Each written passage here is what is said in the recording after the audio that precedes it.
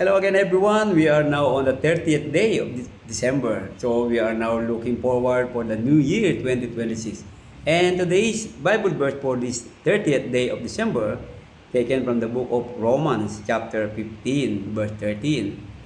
May the God of hope fill you with all joy and peace in believing, so that by the power of the Holy Spirit you may abound in hope. Mga kapatid, mga kaibigan, ano po ang nais parating sa atin ng Panginoon Diyos sa araw na ito?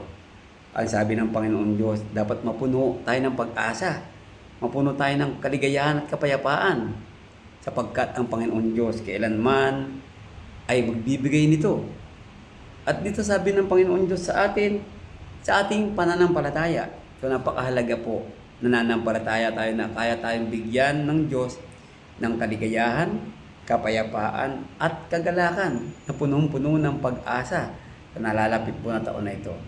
Kaya mga kapatid, patuloy lang po tayong manampalataya na may pagsunod, sapagkat hindi sapat ang nananampalataya lamang.